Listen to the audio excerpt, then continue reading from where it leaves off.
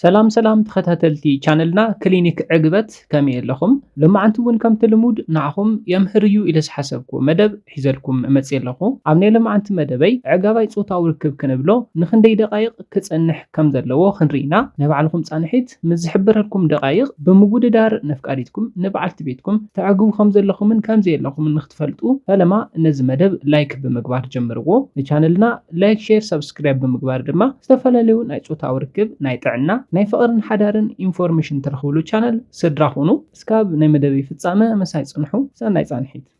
ኣብ ዝተፈላለዩ መጽናዕትታት ከም ዝተጻሕፈ መትሎ ምስ ብልዕቲ ካብ ዝራኸብ ጀሚሩ ማእኸላዊ ዝበሃል ጻንሒት ካብ 4 እስካብ 8 ደቂቕ እዩ ግና እዚ ጻንሒት ካብ ምስዕዓም ምትሕስሳይ ማለት እውን ንፎሪ ፕሌይ ዘማልአ ኣይኮነን እዞም መጽናዕትታት ትሕቲ 1 ደቂቕ ዘሎ ጻንሒት ካብ ዓቕሚ ንታሕቲ እንትብልዎ ካብ 20 ደቂቕ ንላዕሊ ንዘሎ ድማ ካብ ዓቕን ዝሓለፈ ይብልዎ ስለዚ ነቲ ማእኸላዊ ዝብልዎ ካብ 4 እስካብ 8 ደቂቕ ንዘሎ እዩ ሓደ መጽናዕትታት ድማ 5.4 ደቂቕ ማእኸላዊ ናይ ደቂ ተባዕትዮ ጻንሒት ይብልዎ ትሕቲ 1 ደቂቕ እንተኮይኑ ናይ ፆታዊ ርክብ ድኽመት ይብልዎ ስለዝኾነ ማእኸላዊ ካብ 4 እስካብ 8 ደቂቕ እንተኮይኑ ናትኩም ጻንሒት ካብ 3 እስካብ 10 ደቂቕ ብዘሎ እንተኮይኑ ድማ ኖርማል ናይ ፆታዊ ርክብ ዓቕሚ ከም ዘለኩም ክትፈልጡ ኣለኩም ነዚ ምስራኣና ክንደይ ደቂቕ ክትጸንሑ ኣለኩም ዝብል ንምፍላጥ ፈለማ ኩነታት ጥዕናኩም ናይ ሆርሞን ኩነታት ዕድመኩም ማእኸል ዝገበረ ክኸውን ኣለዎ ምክንያቱ ድማ እዞም ነገራት ኣብ ፆታዊ ርክብ ዘለኩም ጻንሒት ክውስኽን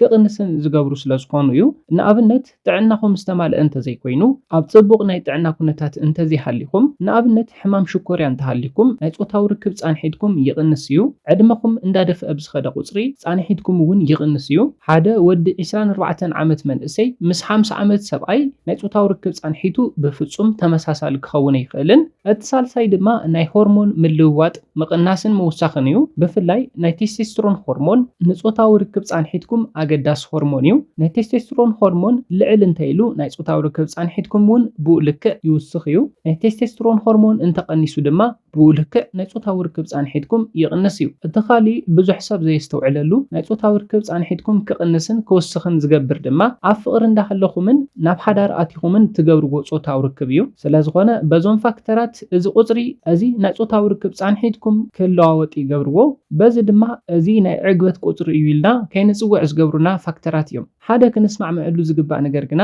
ናይ ፆታዊ ርክብ ዕግበት ንብሎ እቲ ወዲ ምሰብሰሰ ዘይኮነስ ክልቴኹም በቲ ፆታዊ ርክብ ክትዓግቡ እንተለኹም ጥራሕ እዩ ኣፍቃሪትካ ናብ ናይ ፆታዊ ርክብ ናይ ዕግበት ፀግዒ ከይበፅሐት እቲ ናይ ፆታዊ ርክብ ምንቅስቓስ ጠጠው እንተይሉ ዝተሰኽዐሉ ዕጋባይ ፆታዊ ርክብ ክንብሎ ይንኽእልን ንኣብነት ከም ትቅድም ኢለ ዝሓበርኩልኩም በመጽናዕትታት ከም ዝተሓበረ ካብ 4 እስካብ 8 ደቂቕ ሓደ ወዲ እንተጸኒሑ ማእኸላይ እንተልዳዮ ሓደ ወዲ 5 ደቂቕ ጸኒሑ እንተፍሲሱ ግና ኣፍቃሪቱ በቲ ፆታዊ ርክብ እንተዘይተሓጒሳትሉ ዋላ 5 ደቂቕ ጽናሕ እምበር ዕጋባይ ፆታዊ ርክብ ኣይንብሎን ስለዚ እቲ ዘገድስ ቅድም ኢለ ዝሓበርኩልኩም ናይ መጽናዕትታት ናይ ፆታዊ ርክብ ጻንሒት ዘይኮነስ ክልቴኹም በቲ ርክብ ተሓጒስኩም ዶ ዝብል ሕቶ እዩ ነዚ ድማ ክልቴኹም ናይ ፆታዊ ርክብ ኣፍልጦ ክህልወኩም ኣለዎ ንስኻ ነፍቃሪትካ ኣብ ዓራት ከመይ ክትሕጉሳ ከም ትኽእል እንተዘይፈሊጥካ 15 ዋላ 10 ደቂቕ ምጽናሕኻ ድኻም እዩ ዝኸውን ንስኸውን ነፍቃሪኺ ኣብ ዓራት እንታይ ክሕጉሶ ከም ዝኽእል እንተዘይፈሊጥኪ ብፆታዊ ርክብ ጥራሕ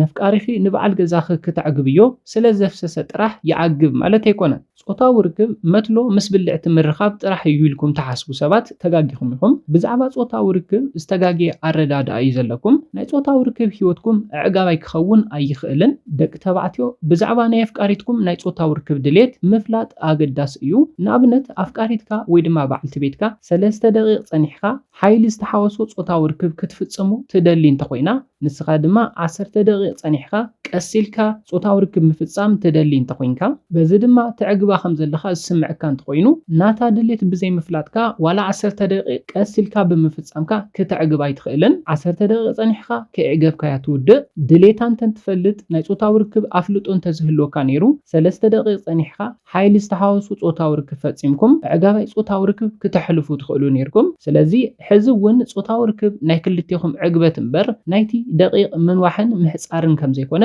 ብምፍላጥ መጻምድትኩም ትደልዮ ፆታዊ ርክብ ከመ እዩ ኢልኩም ፍለጡ ብዛዕባ ጾታዊ ርክብ ኣፍልጦ ይሃልኩም ኢቭን ብዛዕባ ጾታዊ ርክብ ክትዕልውን ኣለኩም እንታይ ያለው ጥንኩር ጎኒ ዝበለጸ ከተማሓሽዎ ዝሕግዘኩም እዩ እንታይ ያለው ዝደኸመ ከተማሓሽዎ ዝሕግዘኩም እዩ ክገብረልኪ ትደልዮ እንታይ ያለው ነዚኦም ሕቶታት ብምትሕትታት ቀጻሊ ጾታዊ ርክብኩም ዕጋባይ ክኸውን ይሕግዘኩም እዩ ኣብ ደቂ ኣንስትዮ እውን ናይ ሆርሞን ምልውዋጥ ኣብ ጾታዊ ርክብ ሳዕቤን ይሕድረልክን እዩ ምክንያቱም ደቂ ኣንስትዮ እውን ዕድመኽን እንዳወሰኸ ብዝኸደ ቁፅሪ ሆርሞናት ክለዋወጥክን እንተሎ ኣብ ብልዕትኽን ራሕሲ ይህሉን ብልዕቲ ራሕሲ እንተዘይሃልይዎ ጾታዊ ርክብኩም ቃንዛ እዩ ዝኾነክን በዚ ድማ ኣፍቃሪኺ ብዙሕ ብዝፀንሐ ቁፅሪ እቲ ጾታዊ ርክብኩም ተወሳኺ ቃንዛ ይኾነክን ስለዚ ዕግበት ፈፂሙ ክህሎ ይኽእልን ስለዚ ሕዚ እውን ናቱ ፃንሒት ወላ ሓንቲ ጥቕሚ ይህልዎን ግና ከም ትቕድም ኢለ ዝሓብርኩልኩም ናይ ጾታዊ ርክብ ኣፍልጦ እንተዝህልወኩም ኣብ ግዜ ጾታዊ ርክብ ፎሪፕሌይ ማለት እውን ቅድሚ መስሎ ምስ ብልዕቲ ምርኻብኩም ብምስዕዓም ብምትሕስሳይ ብልዕትኽን ራሕሲ ከውፅእ ክትገብራ ትኽእላ ነይርክን በዚ ድማ ኖርማል ወይ ድማ ማእኸላይ ማለት እውን ካብ 3 እስካብ 13 ደቂቕ እንተፀኒሑ ዕጋባይ ጾታዊ ርክብ ክትሕልፉ ትኽእሉ ኢኹም ስለዚ ሕዚ እውን ናይ ጾታዊ ርክብ ኣፍልጦ ኣብዚ ይጠቕመኩም ኣሎ ማለት እዩ እቲ ካሊእ ናይ ጾታዊ ርክብ ፃንሒትኩም ዝውስኖ ጉዳይ ድማ ውዕሎኹም እዩ ብፍላይ ብስራሕ ተጨናኒቕኩም ደኺምኩም ትውዕሉ ደቂ ተባዕትዮ ኣብ ግዜ ጾታዊ ርክብ ነዊሕ ክትፀንሑ ትጽገሙ ኢኹም እዚ ግና ናይ ጾታዊ ርክብ ድኽመት ኣይኮነን ንኣብነት ሓደ ሰሙን ካብ ስራሕ ዕረፍቲ ወፂኹም ሰውነትኩም ከይደኸመ ውዒሉ ምስ ኣፍቃሪትኩም ወይ ድማ በዓልቲ ቤትኩም ጾታዊ ርክብ እንተፈፂምኩም ብሉፅ ዕጋባይ ጾታዊ ርክብ ክትሕልፉ ትኽእሉ ኢኹም ምክንያቱ ድማ ጾታዊ ርክብ ናይ ኣእምሮን ናይ ሰውነትን ድልውነት ስለ ዝደሊ እዩ ስለዚ ሕዚ እውን ጾታዊ ርክብ ምንዋሕን ምሕፃርን ዘይኮነስ በቲ ጾታዊ ርክብኩም ክልቲኹም ዓጊብኩም ዶ ዝብል እዩ እተገዳሲ ነዚ ድማ ናይ ጾታዊ ርክብ ኣፍልጦ የድልየኩም እዩ ነዚ ምስ ረኣና ግና ኣነ ነዊሕ ከየፍሰስኩ ጾታዊ ርክብ ክፍጽም ይደሊ እየ እንተልኩም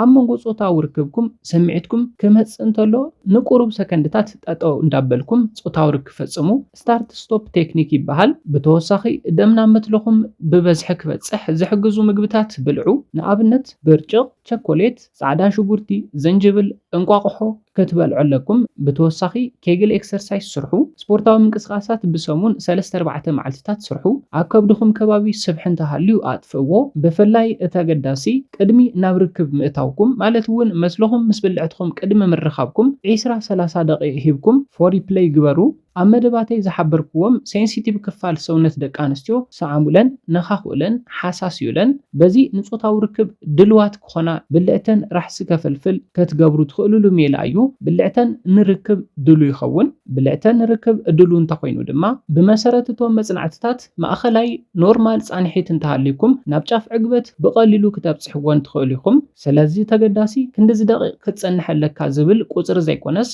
ኣብ ግዜ ርክብኩም ትገብርዎ ፎሪፕሌይ ቅድሚ ርክብ ትበልዕዎ ምግቢ ትውዕልዎ ውዕሎ ትሰርሕዎ ስራሕ ቀንዲ ድማ ብዛዕባ ጾታዊ ርክብ ኣፍልጦ እንተሃልይኩም በዚ ናይ ጾታዊ ርክብ ኣፍልጦኹም ድማ ኣፍቃሪትካ ትደልዮ እንታይ ከም ዝኾነ ብቐሊሉ ስለ ትፈልጥ ብቐሊሉ ናብ ጫፍ ዕግበት ክትበጽሓ ትኽእል ኢኻ ንኣብነት ኣፍቃሪትካ ናብ ዕግበት ክትበጽሕ 20 ደቂቕ ዝወስደላ እንተኮይኑ 15-17 ደቂቓታት ብፎሪፕሌይ ቀዲምካ ተርስና ድሕሪኡ መትሎኻ ናብ በልዕታ ኣቲኻ ብቐሊሉ ተዕግባ ኣፍቃሪትካ ንኽትዓግብ 3 ደቂቕ ዝኣኽላ እንተኮይኑ ጾታዊ ርክብኩም ሓይሊ ዝመልኦ ክኸውን ትደሊ እንተኮይና 10-15 ደቂቕ ቀስ እንዳበልካ ጾታዊ ርክብ ካብ ትፍጽሙ 3 ደቂቕ ሓይሊ ዝመልኦ ጾታዊ ርክብ ብምፍጻም ክልቲኹም ብጾታዊ ርክብኩም ናብ ጫፍ ዕግበት ክትበጽሑ ይሕግዘኩም እዩ ነዚ ኢለ ናይ ሎማዓንቲ መደበይ በዚ ክዛዝም ካብ ናይ ሎማዓንቲ መደበይ ዝኾነ ሓድሽ ነገር ከም ዝሓስኩም ተስፋ ይገብር መደብና ናብ ብዙሓት ሰባት በፂሑ ብዙሓት ኣሕዋትና ትምህርቲ ክወስድሉ ንቻነልና ላይክ ሼር ሰብስክራይብ ምግባርኩም ከይርሳዕ